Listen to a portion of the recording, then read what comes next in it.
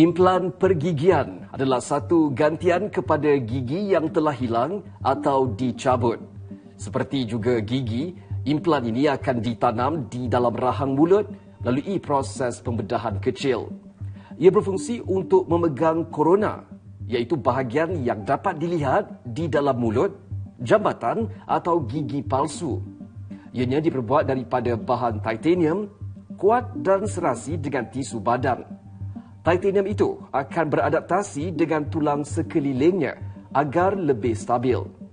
Kajian telah menunjukkan bahawa jangka hayat sesuatu implan dalam tempoh 10 tahun adalah lebih kurang 87%. Implan gigi ataupun istilah lainnya yang disebut gigi tanam ataupun gigi palsu kekal sebenarnya adalah satu skru daripada logam yang diletakkan ke dalam rahang mulut pesakit untuk menggantikan gigi yang telah hilang akibat dicabut. Setelah gigi dicabut, terjadi ruang kosong di dalam rongga mulut. Jika ruang ini tidak digantikan dengan gigi tiruan, dari masa ke masa ia boleh berubah dan membawa kesan buruk ke atas kesihatan mulut. Sebelum bermulanya rawatan, pegawai pergigian akan memeriksa keadaan mulut pesakit. X-ray atau imbasan CT akan dilakukan untuk melihat keadaan tulang dari segi ketebalannya dan kelebarannya, kerana jika tiada tulang yang mencukupi, implan ini akan gagal berfungsi dengan baik. Ada dua sebab utama mengapa gigi yang hilang perlu digantikan. Satu dari segi fungsi, di mana fungsi gigi itu perlu dikembalikan agar pesakit dapat mengunyah makanan dengan sempurna. Sebab kedua adalah dari segi estetik, iaitu rupa, di mana gigi yang hilang itu perlu digantikan supaya senyuman pesakit kembali kepada normal dan tidak kelihatan kosong ataupun rongak.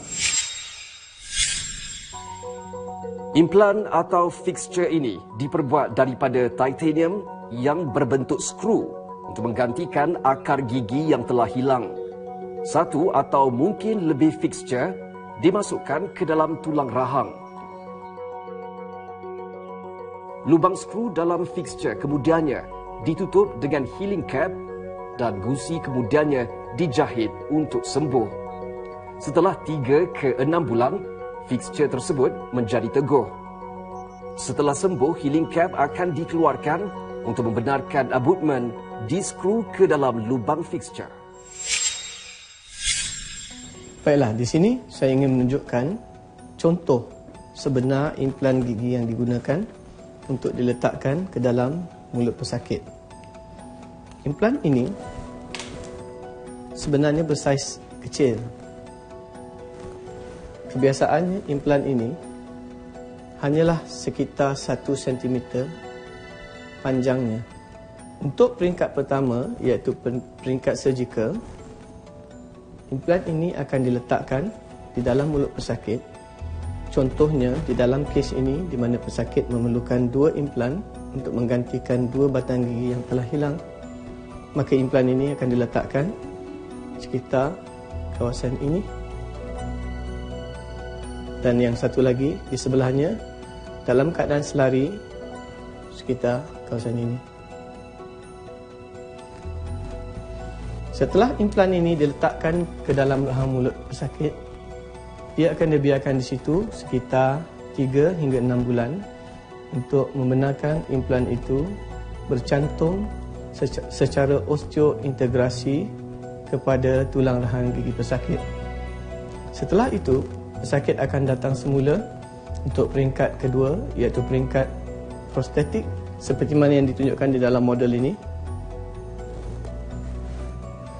di mana implan yang telah berada dengan kukuh di dalam rahang tulang gigi pesakit itu akan diletakkan satu tiang yang diberi nama abutment, dan di atas tiang inilah satu prostesis kekal ataupun gigi palsu kekal akan diletakkan untuk menggantikan ruang kosong, menggantikan gigi yang telah hilang tadi.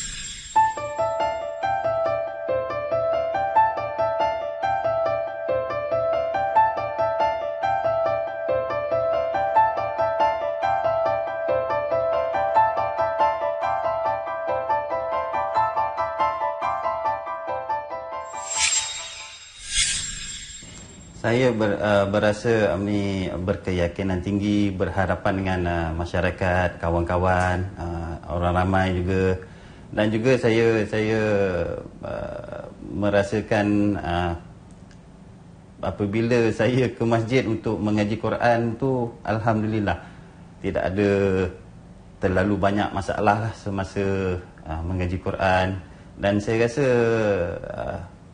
sehingga sekarang sudah masuk hampir 8 bulan, tidak ada kompilasi kepada diri saya selepas daripada pemasangan implan tersebut.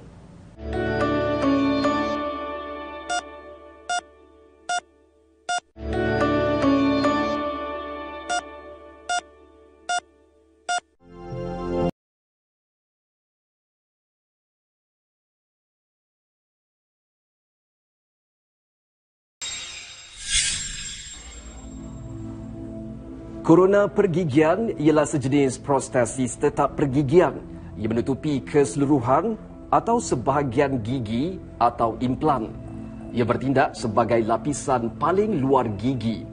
Korona akan disimen pada permukaan gigi secara sementara atau tetap. Korona diperlukan untuk menguatkan struktur gigi agar dapat berfungsi dengan baik dan tahan lebih lama. Korona juga dipanggil cap, dibuat khusus lepas penyediaan gigi oleh doktor pergigian. Proses pembuatan korona mengambil masa dalam seminggu untuk dihasilkan. Tapi kini kaedah yang dikenali sebagai rekaan dengan bantuan komputer dan pembuatan dengan bantuan komputer atau Computer Aided Design and Computer Aided Manufacturing atau CAD/CAM diyakini lebih cepat dengan masa yang ditetapkan selama 1 jam atau paling lama 2 hingga 3 hari.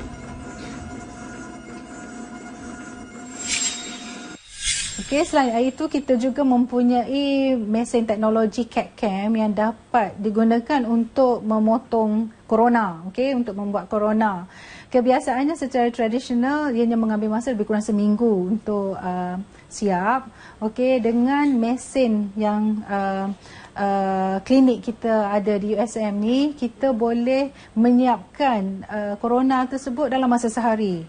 Mungkin bukan setakat sehari, actually 2 jam. Sebenarnya dalam masa 2 jam kita boleh siapkan korona tersebut. Maknanya patient datang ke klinik, okay, kita ambil gambar, kita design, and then kita potong, mesin tu lah akan potong korona tu dalam masa 2 jam. Kita boleh letakkan korona tu kepada patient dan patient boleh pulang. Kiranya kita akan membuat korona. Pada permulaannya kita akan mengambil acuan daripada mulut pesakit. Kemudian acuan tersebut akan dihantar kepada makmal, di mana dulu teknologi akan membina struktur alloy kepada model tersebut. Kemudian porselin akan dibina pada permukaan alloy tersebut. Ini adalah hasil korona yang telah terbentuk setelah dihantar kepada makmal. Proses ini akan mengambil masa lebih kurang 2 hingga 3 minggu. Untuk yang terkini, kita boleh membentuk crown ataupun korona dalam masa yang sangat singkat, yang mana kita menggunakan komputer sebagai aplikasi untuk membantu kita di dalam membina crown. CAD/CAM adalah Computer Aided Design dan Computer Aided Manufacturing, yang mana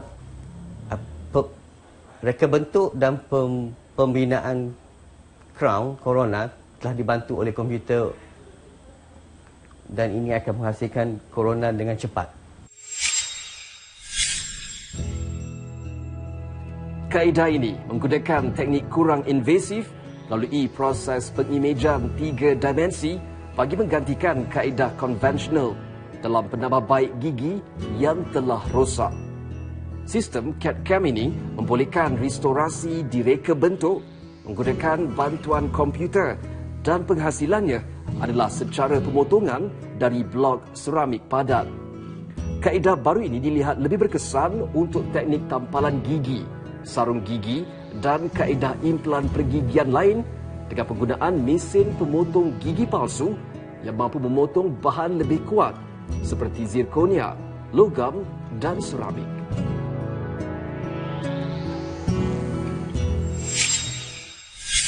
Dalam proses pembentukan corona yang menggunakan CAD/CAM, pada permulaannya imej corona daripada mulut pesakit akan diambil. Imej tersebut akan dibaca melalui sistem operasi dalam komputer.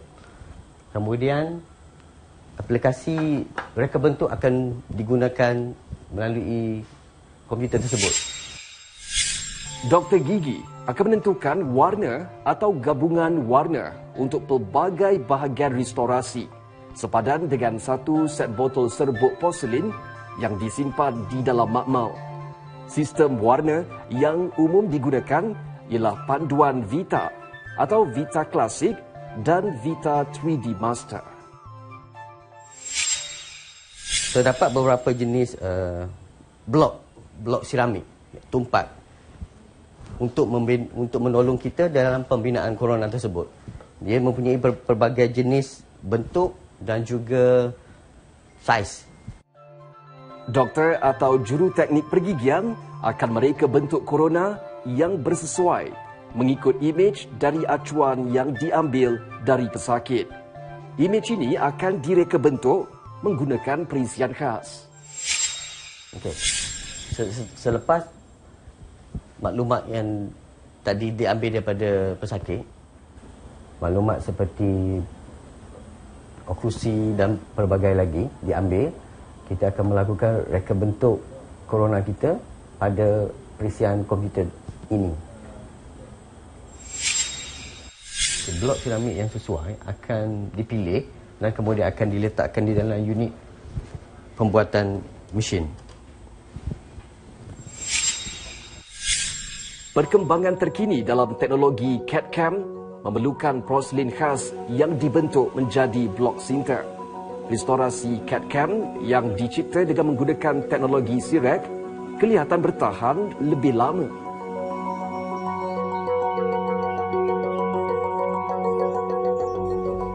Proses pembentukan corona ini mengambil masa dalam 5 minit untuk disiapkan.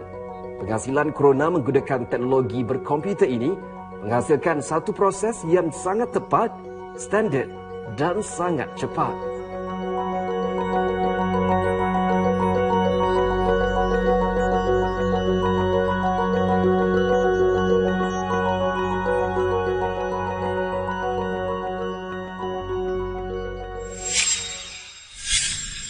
Mesin ini dapat orang kata dapat menyiapkan corona dalam masa yang singkat. Okey, secara kalau menggunakan kaedah tradisional, ianya mengambil masa lebih kurang seminggu, okey, dan beberapa sesi temujanji. Tetapi dengan penggunaan mesin Sirek ini, corona tersebut bolehlah disiapkan dalam masa 2 jam. Okey, so secara amnya kita dapat menjimatkan masa dan juga menjimatkan bahan yang digunakan semasa proses pembuatan corona tersebut.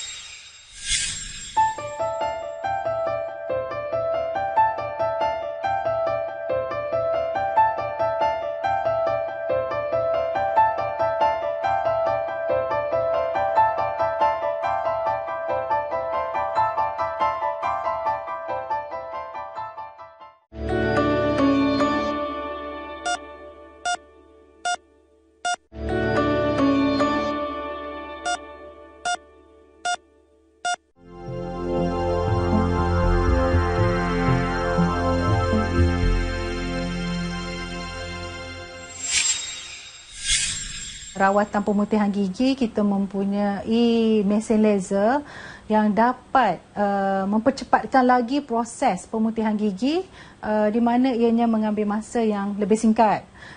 Kalau rawatan biasa, ianya mengambil masa lebih kurang 90 hingga 60 minit. Kan? Jadi penggunaan laser dalam rawatan pemutihan gigi dapat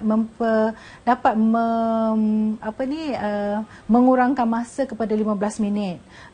Jadi ni pentinglah, terutamanya kebiasaannya pesakit yang menerima rawatan pemutihan gigi ni terdiri daripada kalangan mereka yang masih muda, berkerjaya dan sibuk lah kan. Jadi penggunaan mesin yang kita ada di klinik pergigian ni orang kata sesuai lah untuk orang kata cater pesakit-pesakit yang datang ke klinik.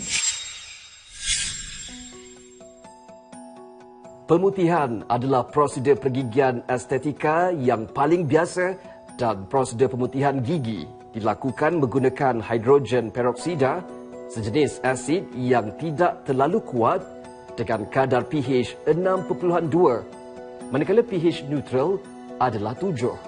Bleaching atau pemutihan gigi adalah rawatan yang diakui kejayaannya. Sebanyak 90% kejayaan telah dilaporkan untuk pemutihan intrakorona gigi non-vital.